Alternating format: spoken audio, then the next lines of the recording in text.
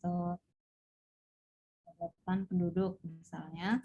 Nah, yang kepadatan rendah itu biasanya dibuatkan areanya itu tidak terlalu gelap, terang.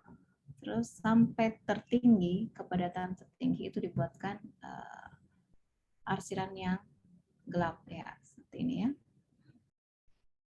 Sedangkan yang di sini nanti kita akan melihat penggunaan garis-garis ini dalam beberapa sketsa, contoh-contoh sketsa. Ada yang digunakan untuk shading, bayangan, atau didefinisikan sebagai mengilustrasikan daerah yang di belakang, gelap, ruang gelap. Lalu ada juga kita gunakan yang kriwel-kriwel ini, jadi rumput misalnya, atau hutan untuk memberikan kesan bahwa itu adalah di situ banyak tumbuhan pendek, bisa juga. Kalau yang seperti ini ya bisa juga digunakan untuk atap segala macam ya. Nah ini biasa dipakai untuk beton. Jadi kalau kita ingin menggambar trotoar atau pedestrian way ya, itu biasanya untuk memberikan kesan material itu kita buat seperti ini, menandakan bahwa dia menggunakan beton yang dicetak atau yang dibuat di setempat. Ini sudah tahu, ini rantingnya, lalu ini paving block, bisa begini, bisa juga ya ini yang secara umum saja dan mudah karena fokusnya bukan di sini. Ini water surface air ya. Jadi bisa biasanya kalau misalnya mau mengilustrasikan penataan di tepi air, sungai kah atau pantai kah. Nah, tepi-tepinya itu menggunakan arsiran seperti ini. Ini adalah sketsa. Apa itu sketsa? Ini adalah definisinya atau pengertiannya. Ya, garis freehand yang kalian pernah lakukan juga. Tapi ini sudah mengeluarkan bentuk yang diinginkan. Yang dulu itu tidak tahu, ini cuma hanya melatih saja ya, lurus-lurus, miring-miring, 45 derajat, 30 derajat, rapatnya berapa. Itu memang karena kita masih dalam berlatih untuk menggambar. Jadi sketsa itu beda dengan melukis. Melukis biasanya menggunakan alatnya berbeda seperti kuas. Kalau sketsa itu ya dengan menggunakan yang kalian pernah lakukan dengan menggunakan pensil. Sebenarnya bisa juga pulpen. Kalau pensil bisa diatur tebal tipisnya garisnya, atau karena dia jenis pensilnya bold atau hard seperti itu. Ya, bisa dibaca sebagai sarana dokumentasi. Iya, jadi kalau misalnya kita tiba di suatu ceritanya KKL ya, kita melakukan studi banding, lalu menunggu teman yang lagi survei di tempat yang tertentu yang ditentukan, sedangkan kita sudah selesai. Nah itu boleh duduk-duduk di bawah pohon lalu melakukan sketsa bebas. Nah itu bisa dilakukan seperti itu. Jadi sarananya memang untuk santai saja bisa juga, tapi dari situ bisa juga kita melihat ada satu ide untuk bisa dikembangkan di suatu lokasi. Ya, seperti itu. Jadi sketsa ini digunakan untuk mengilustrasikan apa yang ada di pikiran kita tanpa menggunakan penggaris. Ya, kalau pakai penggaris bukan freehand ya, menggambar teknik. Nah, tapi kalau ini sketsa freehand. Jadi memang betul-betul tanpa penggaris. Jadi bagi kalian yang dulu menggambar garis-garis tapi pakai alat bantu penggaris, yaitu sebenarnya bukan freehand, tapi ya menggunakan penggaris atau lampu dari bawah jadi kelihatan garisnya lurus dan seterusnya. Itu bukan ya. Jadi freehand ya betul-betul kita mengikutkan diri kita dalam setiap garisnya. Nah, ini bisa juga ilustrasi bentuk.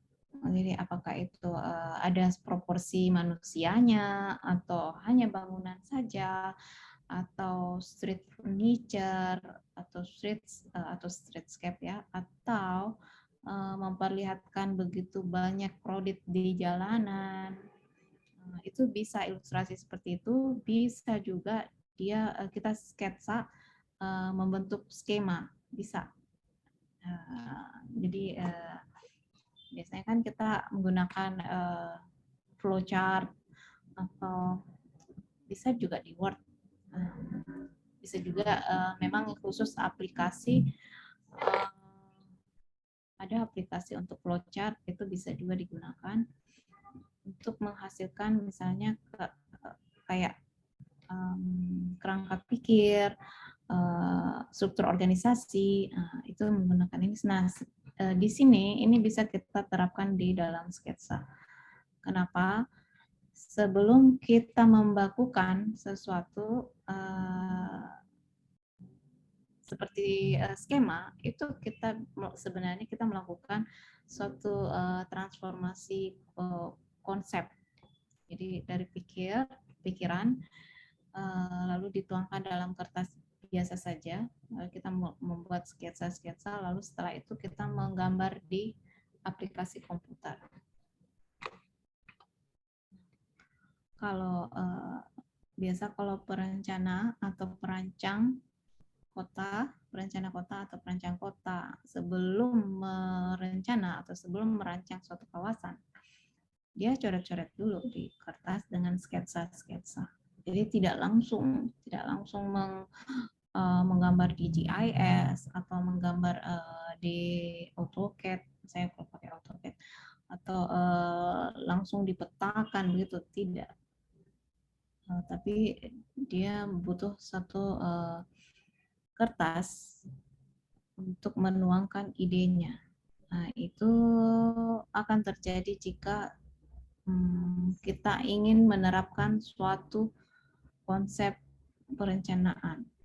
Jadi sudah detail. Tapi kalau masih dalam skala kecil, jadi misalnya kewilayahan, perencanaan wilayah itu skalanya masih kecil, itu paling yang bisa dibuat itu adalah skema untuk prosesnya.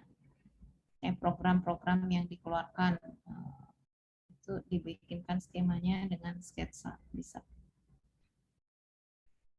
Ya, lanjutannya tadi yang perancang kota terkenal biasanya dia menggunakan sketsa, dan di dalam bukunya yang dia input atau dia insert itu adalah gambar tangannya, biasa ya. Itu berseni juga tuh. Kadang juga menginput atau memasukkan gambar di bukunya itu gambar-gambar ilustrasi yang kalau kita lihat orang awam kayak kita itu lihatnya kayak coret-coretan apa gitu, keriting-keriting atau lengkung-lengkung. Tapi ketika kita melihat yang hasil perencanaannya itu dalam berkurang garis-garisnya, garis-garis awal, oh maksudnya seperti ini. Jadi ada transformasi dari sketsa awal ke sketsa akhir. Nah, itu dia tuangkan juga di bukunya, atau orang yang menulis buku tentang perencana atau perancang itu. Jadi ternyata sketsa itu bukan hanya milik arsitek atau seniman, tapi juga kita bisa menuangkan ide kita untuk mengilustrasikan apa ide kita yang ada di kepala kita, jadi bukan hanya tulisan saja. Ini contohnya, ini tadi garis-garis yang kita pakai itu ternyata dipakai biasanya untuk bangunan tinggi. Nah, ini digunakan untuk yang bagian belakang atau gelap. Nah, ini ranting-ranting. Lalu ini bisa paving block atau tembok tanpa cat. Dan ini adalah hamparan rumput ya. Ini aplikasi beberapa garis ya. Kalau kita lihat kayaknya gampang ya, tapi begitu kita lakukan sendiri kayaknya susah. Oke, ini beberapa contoh sketsa. Jadi hari ini Ibu akan memberikan pengayaan tentang bagaimana sketsa atau gambar sketsa dan perspektif itu digunakan untuk dalam perencanaan, khususnya perencanaan kawasan ya. Nah, ini sebenarnya coret-coretan perencana. Nah, kalau kita lihat, aduh, kayak ribet. Masih ada yang lebih hancur dari ini sih. Ini masih bagus ya, kelihatan. Jadi berkali-kali dia tarik garis seperti itu. Ini freehand ya, jadi tidak ada yang pakai garis. Kelihatan kok ini ada tebal tipis. Tintanya mereka menggunakan ada memang pulpen untuk draw itu diatur 0,1, 0,2 sampai 0,7 kalau salah ya. Dulu kita diharuskan mengenal sampai pulpen. Pulpen memang pulpen gambar, tapi bukan pulpen buat nulis, bukan. Gambar. Nah, persimpangan jalan ini yang direncanakan dengan berbagai macam konsep-konsepnya. Kalau salah dicoret. Dan ini ada dalam buku loh ini. Jadi ini pun diabadikan. Jadi kalau kalian buat konsep-konsep sederhana, jangan cepat-cepat buang. Karena makin lama makin lucu dilihat ya. Lucu itu maksudnya lucu bagus ya, bukan lucu pelawak, bukan. Maksudnya Ibu lucu bagus. Nah, selanjutnya ini adalah set konsep plan, konsep perencananya, tapi masih konsep. Ini sudah berani mengeluarkan skala, tapi freehand ya ini ya. Jadi dibikin garisnya itu freehand. Tapi sudah dipadu dengan sepertinya sudah dipadu dengan ini. Jadi tidak freehand full 100% seperti ini, tapi sudah ada masuk ke program gambar grafis ya, desain grafis, bukan gambar GIS. Ya. Ini juga demikian. Ini melakukan sketsa terhadap koridor sungai ya. Dan setelah digambar, di scan, lalu buat call out. Jadi ini call out, lalu dibuatkan keterangan. Nah, keterangannya ini sudah computerized, namun sketsanya ini masih freehand. Cantik juga ya kalau dilihat. Jadi kita di PWK itu boleh seperti ini. Jadi kita menggambar sketsa, lalu dimasukkan dalam program grafis. Sebenarnya bisa di Word juga sih, tapi biasanya lebih mudah kalau memang untuk melakukan sedikit grafis, betul ada program grafis yang memang bisa menginput gambar hasil scan lalu kita call out. Tapi kalau tidak, bisa juga sih dengan Word, bisa juga dengan PowerPoint, bisa pen bisa kayaknya. Pen bisa enggak ya? Bisa. Ada teks ya, gitu. Nah, kalau kita kerja di studio itu kayak ini, karena ini kita online. Kalau kita kerja di studio biasanya itu ditempel-tempel nih. Ini jadi kita nulis manual lalu ditempel. Oh ini call out-nya tentang ini. Atau pakai post-it. Post itu kertas yang warna-warni itu yang bisa ditempel-tempelin di kertas yang lebih besar. Nah, itu kita gunakan untuk melakukan bukan perencanaan ya, tapi menggabungkan ide-ide kita dalam satu tim.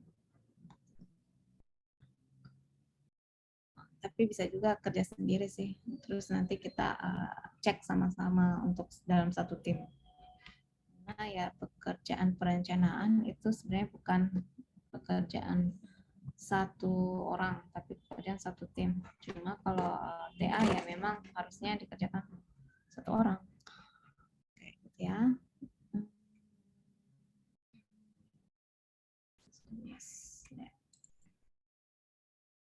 Selanjutnya ini terkait dengan seperti satu kawasan ruang terbukanya ini yang digambarkan bagaimana kedudukan biasanya kalau seperti ini aksesnya pengakhiran di daerah sini, pengakhiran menerus ini kan kayak menerus ya, ini ada sequence itu sequence bunga-bunganya ini menunjukkan bahwa bangunan yang ada di pengakhiran dari sequence-nya itu adalah bangunan penting dan biasanya ini ditandai oleh kantor misalnya pemerintah yang tertinggi di kabupaten itu apa kantor bupati misalnya atau dia ibu kota provinsi ya itu mungkin kantor bisa DPRD, bisa kantor gubernur. Nah, pokoknya itu menunjukkan pola ini menunjukkan pengakhirannya itu adalah bangunan formil penting karena ya ini geometris ya ditunjukkan bentuk yang geometris. Nah ini masih konsep. Pada saat merencana, nah itu dibutuhkan ilustrasi, maka dibuatlah ini. Karena yang dipentingkan adalah bangunan ini terhadap kawasannya, maka yang didominankan atau diwarnain itu ya bangunan ini.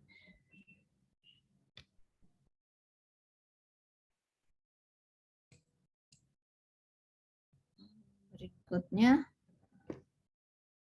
ini juga gabung ya, call out-nya sudah digabung tapi ini hasil freehand lurus ya. Pohonnya juga ada di sini. Jadi pohon manusia mobil ya ini. Oh ya, mobil. Ini mobil. Itu adalah proporsi suatu ruang. Kalau kita menggambar di suasana perkotaan berarti dia adalah proporsi dari ruang perkotaan. Artinya proporsi itu artinya kalau setinggi ini berarti kira-kira tinggi gedung ini berapa kali itu ya bisa di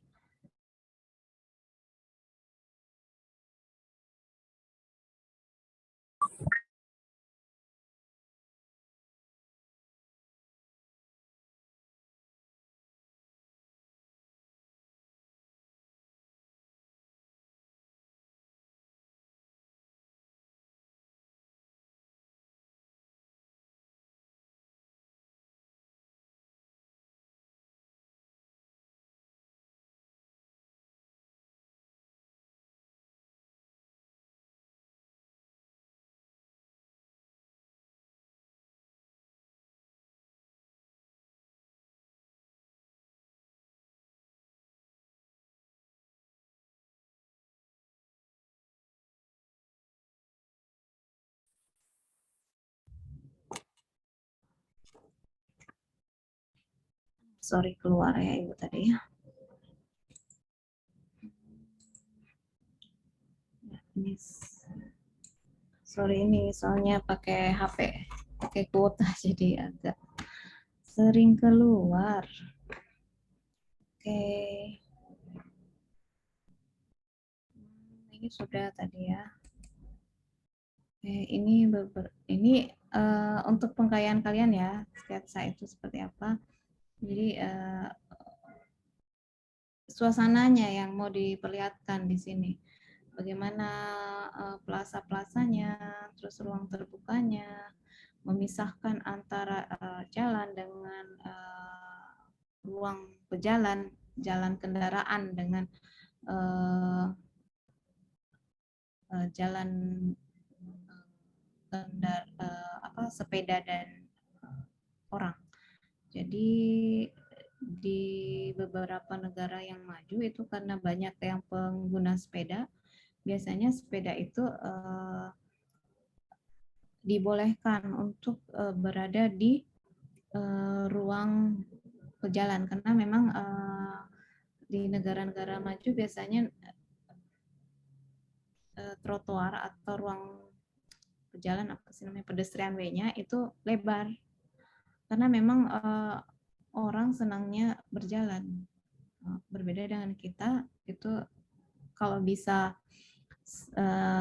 sampai di rumah itu motor masuk sampai di rumah sampai di situ, jadi tidak perlu pakai jalan-jalan segala. Jadi pas di mana rumahnya di situ, di mana pintu masuknya di situ dia selesai naik motor, naik sepeda tidak ya, motor. Beda di negara maju, mungkin juga karena musim. Tapi mereka musim panas, yang panasnya jauh lebih panas itu sampai 40 lebih derajat itu masih senang dengan jalan. Saya juga heran. Mereka masih tetap senang berjalan. Kalau kita ya kalau bisa pokoknya sampai mendekati tempat tujuan lah. Selain mungkin musim juga mungkin ya ini belum penelitian juga karena ya tidak ada fasilitas ya kalau di negara yang banyak pesepeda dan pejalan kaki pejalan ya pasti pejalan kaki ya pejalan itu lebar-lebar trotoarnya.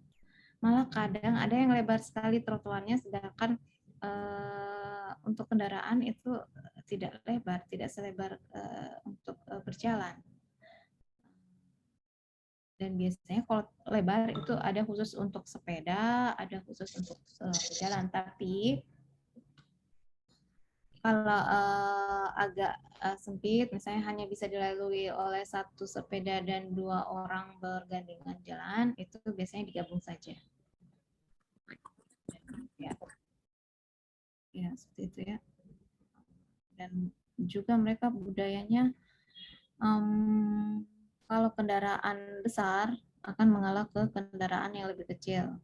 Jadi pesepeda akan mengalah ke kalau ada orang jalan dia akan lebih prioritaskan orang jalan itu kalau misalnya harus berpapasan.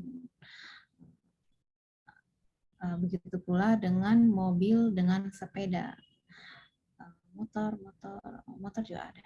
Motor juga sepeda dan motor itu tidak pernah ada di tengah atau ke sebelah kiri. Selalu ke paling atau kanan, tapi selalu di kiri jalan. Ya. Sedangkan sepeda ya menyesuaikan kalau tidak ada jalur trotoar. Nah, begitu. Ya, makanya ini terlihat ada sepeda masuk ke kan karena tapi memang seperti itu jalur sepeda digabung dengan jalur jalan. Oke. Ini contoh sketsa yang banyak kita bisa gunakan untuk memberikan ilustrasi atau ide di kawasan perkotaan.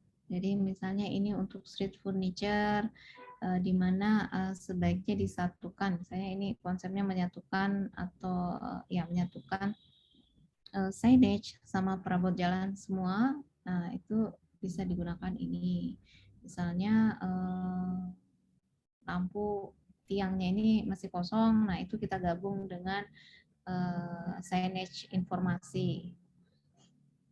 Terusnya, ya, kalau dilihat gambarnya kayaknya menyenangkan ya, tanpa pohon lagi. Bisa duduk-duduk sini. Ini kalau di tempat musim itu ya memang begini. Kalau kita siapa yang mau duduk di sini, panas kan? Kalau ini halte transit station shelter itu di sebelah kanan, ya, memberikan keterangan bahwa dibutuhkan ini, letaknya ada di mana, jamnya dibutuhkan untuk mengetahui misalnya bus atau kereta yang akan datang itu lagi berapa menit sih. Kalau ini lebih ke technical haltenya, dia menggunakan apa terusnya. Ini tempat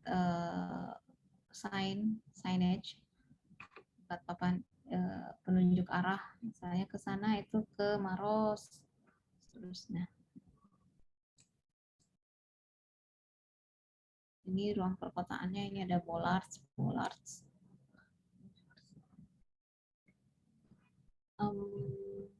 Ya ini kayaknya nampaknya ini memberikan ilustrasi tentang konsep apa ya, streetscape ya, atau street furniture. Apa-apa saja yang dibutuhkan oleh pejalan. Ini besar sekali ruang pejalannya, ada tempat duduknya lagi. Oh ya, ini tempat duduknya ini dimanfaatkan oleh restoran untuk area terbuka. Jadi ya memang pada umumnya kalau musim panas itu mereka lebih senang di luar, dapat matahari. Ini menggunakan garis awan. Jadi kadang kalau kita melakukan sketsa atau membuat gambar sketsa itu ada kita yang kita inginkan orang yang melihat ini dia langsung fokus di bagian tengah misalnya. Makanya dibuat awan-awan seperti ini supaya kita langsung plek ke situ, point of interestnya ke situ dulu.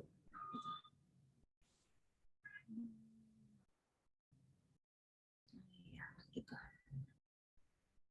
Nah, ini yang tadi Ibu sebutkan.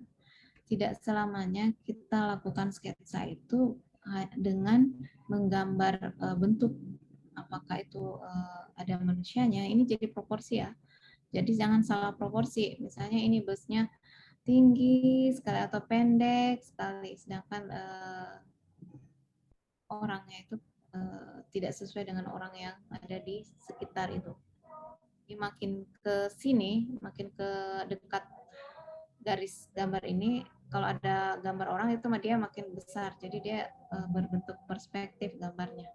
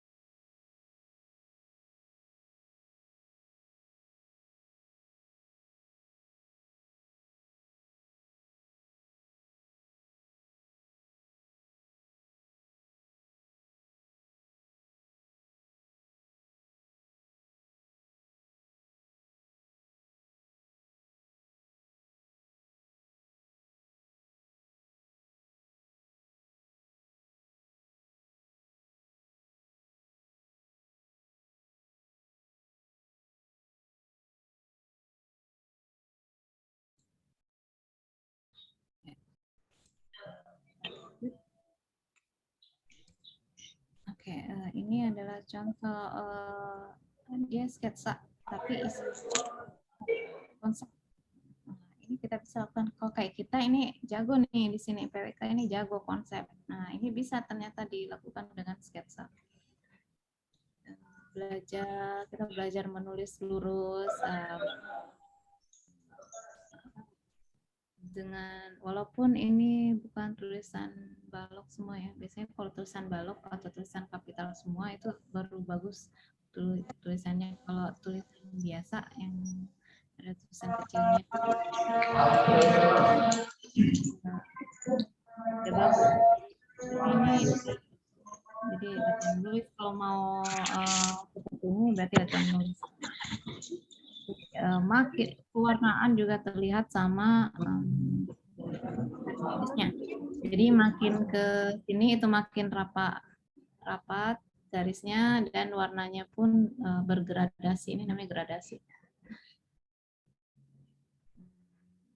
Ini menggambarkan tentang konsep desain proses, di mana di sini bagian awalnya terus masuk ke sini ya, saya nggak ngerti ini apa ini maksudnya, mungkin ada arti warna.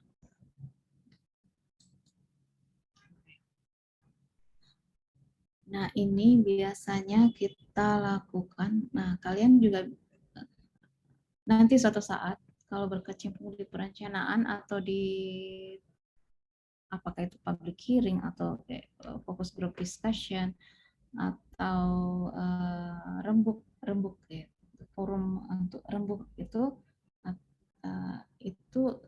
kadang kita melakukan coret-coret itu di kertas, lalu freehand ya, jadi bukan pakai komputer, itu kita buat lalu ditempel atau di display. Nah, sebenarnya ya, kalau kita studio offline itu kita lakukan ini, sering kita lakukan ini, jadi display apa yang kita buat hari ini itu di display, atau yang sudah dikerjakan itu kita display. Ada yang print out, kebanyakan print out, ada yang tempel-tempelan foto, itu kita tempel supaya masing-masing grup melihat, wah saya kalah nih, mereka sudah sampai di kelompok lain itu sudah sampai ke konsep apa gitu, sedangkan kita belum, ayo kita pacu lagi. Nah, kayak gitu. Jadi kompetisi bisa berjalan. Kalau ini untuk mengetahui pendapat-pendapat members atau anggota tim, tiap tim, jadi ada beberapa tim, itu mengungkapkan konsep-konsepnya lalu di display. Nah, nanti itu akan lahir konsep yang disepakati bersama. Ya, ada yang mengikutkan mirip-mirip dengan coretannya, ada yang sama sekali tidak, ya nggak apa-apa. Namanya, jadi mereka juga mengenal, kalau di sini gambarnya, mereka juga mengenal namanya musyawarah. Oh ya, group discussion. Ya. Biasa dengan FGD bisa dilakukan seperti ini, focus group discussion.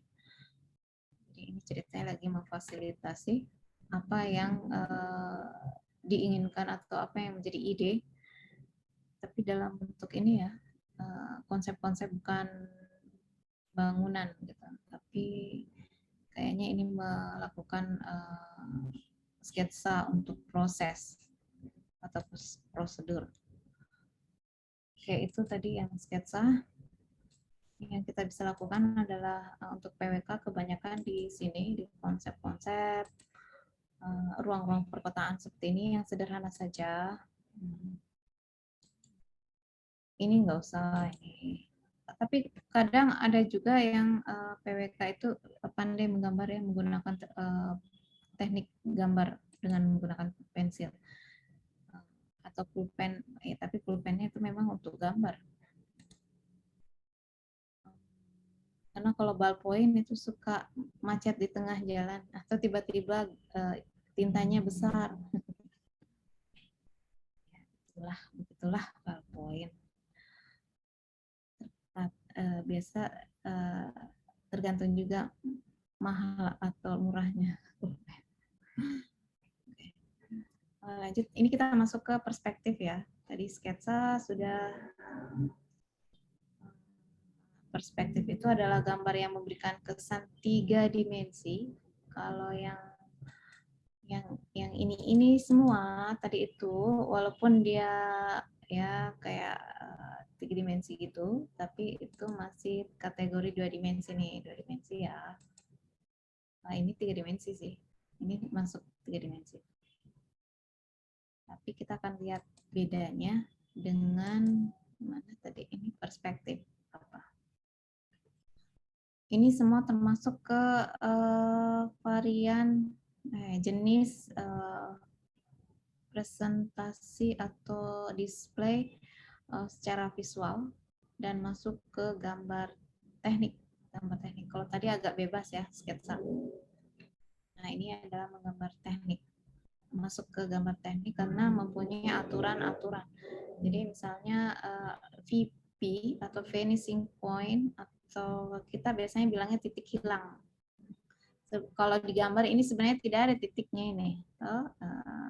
Kalau jadinya, tapi pertama itu kita akan membuat satu titik untuk acuan, namanya titik hilang atau garis-garis pada objek yang nanti akan ke sana nih, garis-garis horizontal itu akan ke garis VP-nya ini. Lalu eye level, ketinggian mata itu segimana? Misalnya 160. Nah, sekitar itulah 160. Berarti kalau dari sini ke sini 160, ini 2 kalinya. Ya.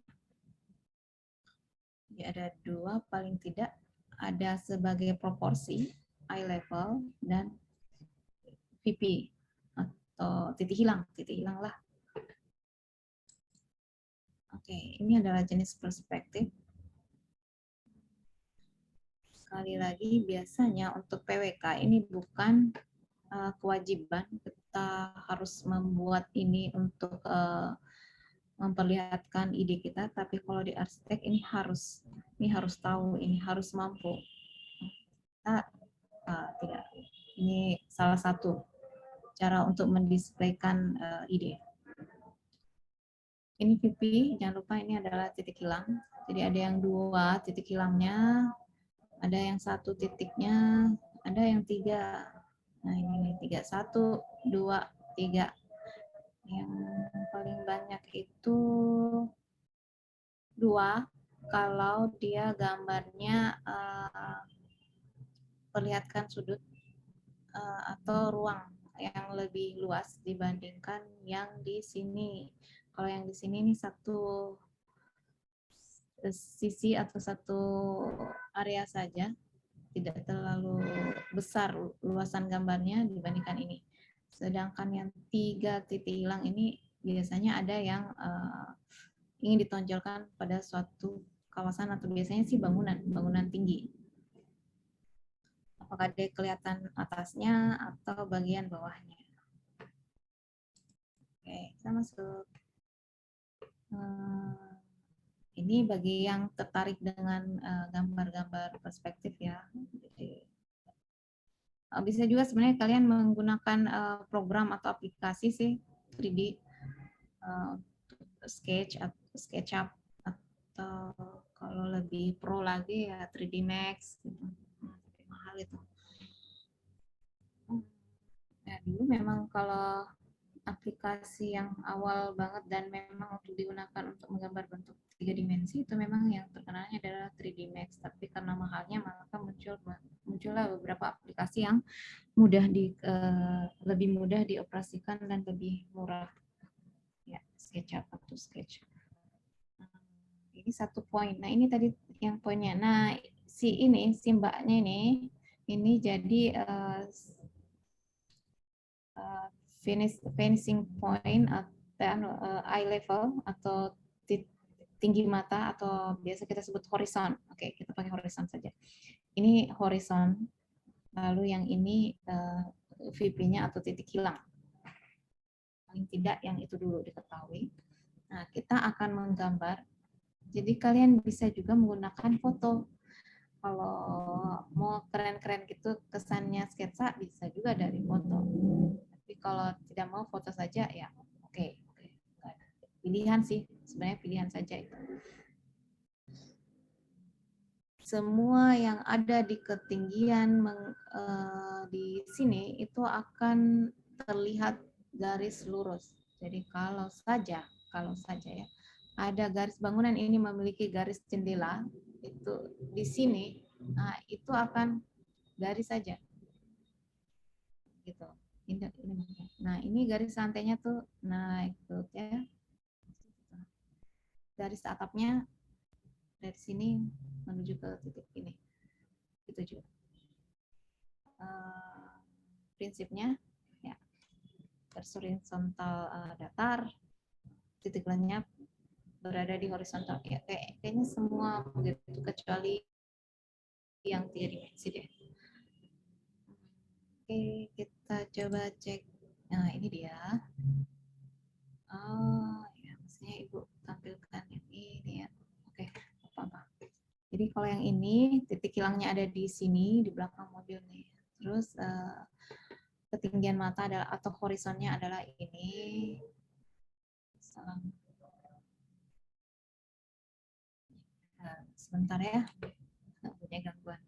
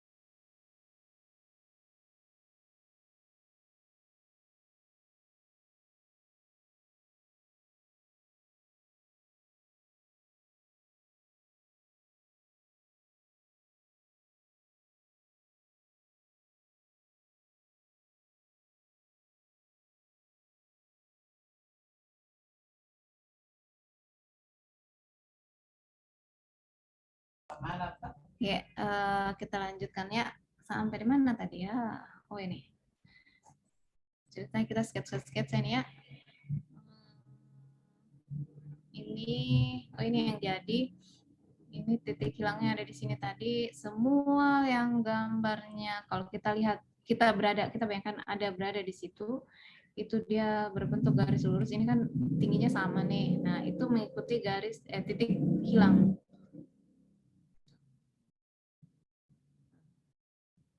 Nah, ini mestinya titik hilang juga ini pinggirannya. Ya. Nanti akan jadinya seperti ini. Kalau satu titik hilang itu pasti ada di area gambar. Tapi kalau dua titik hilang belum tentu ada di area gambar. Ini area gambar nih yang kotak. Nah, ini teknik-teknik gambar yang pernah kalian lakukan. Ini dipakai di sini. Garis lengkung, garis lurus-lurus. Ini ada orang-orangnya juga, orangnya tidak detail sih. Agak trapesium, terus tidak realistis.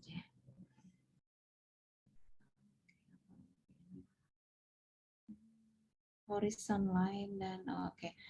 Titik hilang dan garis horizon ini itu membuat kita bisa memposisikan beberapa elemen atau komponen yang kita akan gambar. Jadi selalu mengacu ke situ. Tingginya berapa kira-kira? Oh ya. Jadi ya memang kita harus apa ya, punya sense tentang ukuran. Jadi ukuran mobil kira-kira berapa? Kalau ini kan ini transport umum ya, bus yang tidak tinggi ini.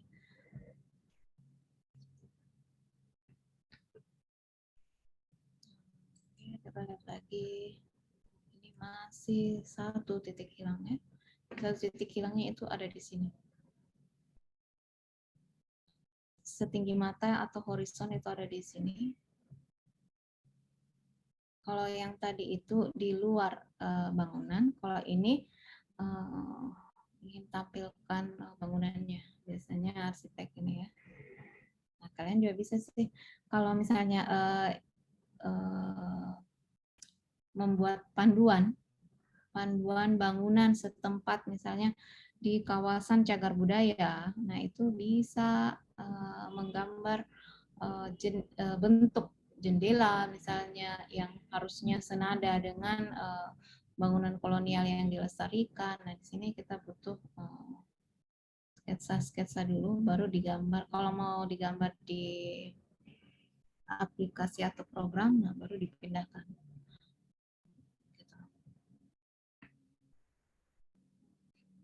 Hasilnya ya ini. Jadi ini ada titik hilangnya sebenarnya ini. Tuh garis ke sana tuh mengikuti.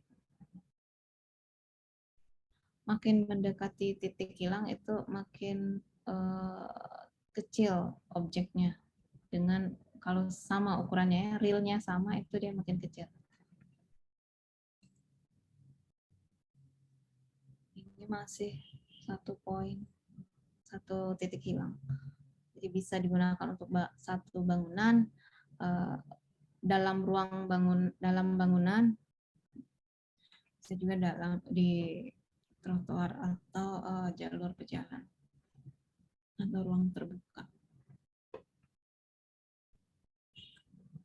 Ya, seperti ini. Kalau misalnya kayak kita bisa juga sih melihat dari foto. Kalau pengen ya, kalau tidak mau ya enggak apa-apa, pakai foto juga boleh sih. Karena sebenarnya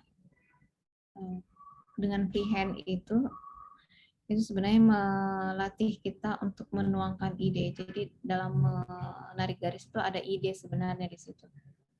Beda dengan foto. Kalau foto ya apa yang sudah dihasilkan sudah bagus, ya sudah itu saja gitu. Karena sudah betul warnanya. Nah, ini adalah dua titik hilang. Titik hilangnya ada di sini. Nah, ini supaya mudah diperlihatkan di foto.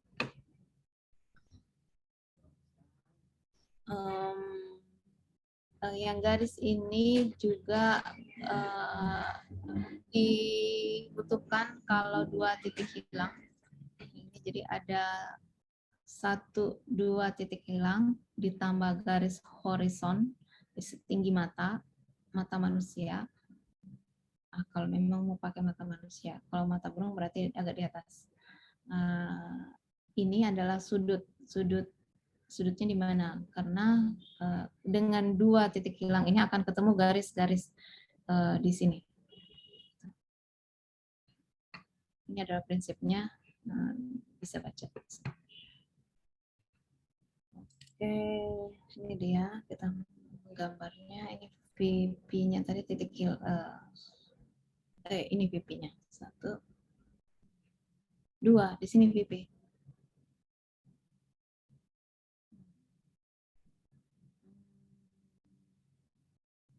Oke, berarti ini 3 sebenarnya, 3 titik hilang. Jadi yang karena untuk gambar yang ini 3 ya, 3 titiknya ya. Tapi secara keseluruhan itu 2. 1 ini VP yang ke sini agak jauh, mungkin di sini ya. Ini menurus, kalau menurus itu begini, dan garis tengahnya itu ada di daerah sini. Karena ini adalah bangunan sudut, biasanya bangunan sudut itu dia disebutkan, jadi sehingga ada titik poin ini yang membuat lurus yang ini, tapi hanya untuk yang ini saja, di daerah ini saja. Yang lain itu mengikuti 2 titik hilang di sini.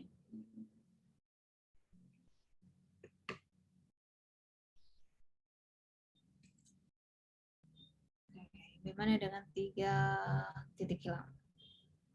Kalau 3 titik hilang itu biasanya untuk bangunan tinggi kita butuh suasana di bagian bawah gitu, kita ambil 3 titik hilangnya untuk memperlihatkan bagian atas, dari atas ke bawah atau dari mata katak itu dari bawah. Kita cek bagaimana caranya. Nih, ini ya. Jadi 3 titik hilang, 1, 2, 3. Loncat ya.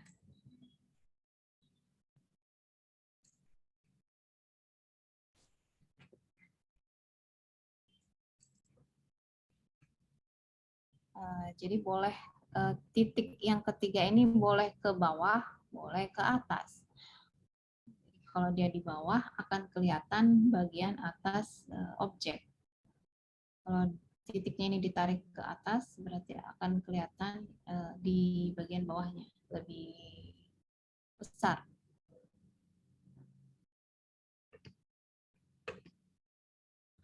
Terakhir kali. Nah, ini adalah contoh-contohnya gimana melakukan sketsa. Sudah kayaknya habis ya. Ya, segitu. Gimana? Ada yang mau ditanyakan? Jadi ini hanya untuk memperlihatkan kalian di beberapa perencanaan itu atau desain, biasanya ke desain ya. Kalau orangnya namanya urban designer, bukan untuk baju ya, desainer baju bukan, tapi mendesain suatu kawasan itu biasanya butuh sentuhan-sentuhan sketsa karena skalanya lebih besar dan memang lebih diinginkan bagaimana kesan kawasan itu jika direncanakan. Namun bisa kalian menggunakan aplikasi. Sekarang lebih banyak aplikasi yang bisa digunakan.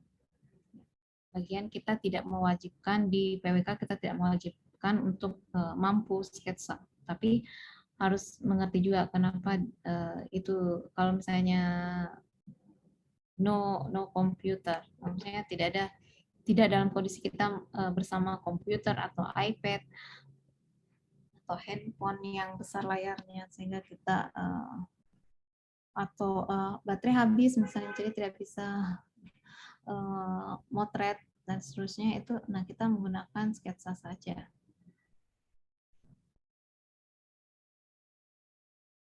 Dan sketsa ini tidak perlu yang kayak tadi, mungkin agak-agak bagus ya, mungkin pada awalnya ini tidak terlalu bagus sih juga, masih coret-coret, nanti ditebal-tebalkan lagi atau dihapus-hapusin garis-garis bantunya. Nah kayak ini nih kan banyak sekali sebenarnya ini garis. Nanti setelah itu diulang lagi supaya bersih. Oke, sampai di sini ada yang ditanyakan. Ini untuk menambah teknik presentasi ya. Jadi bukan hanya bagaimana mempresentasikan di PowerPoint, di bagaimana caranya menayangkannya, tapi juga bagaimana caranya menggunakan teknik-teknik manual yang dalam kondisi tertentu itu digunakan. Ada yang ditanyakan sampai sini? Hampir 1 jam. Tidur Ki. Oke, ada yang ditanyakan sampai sini?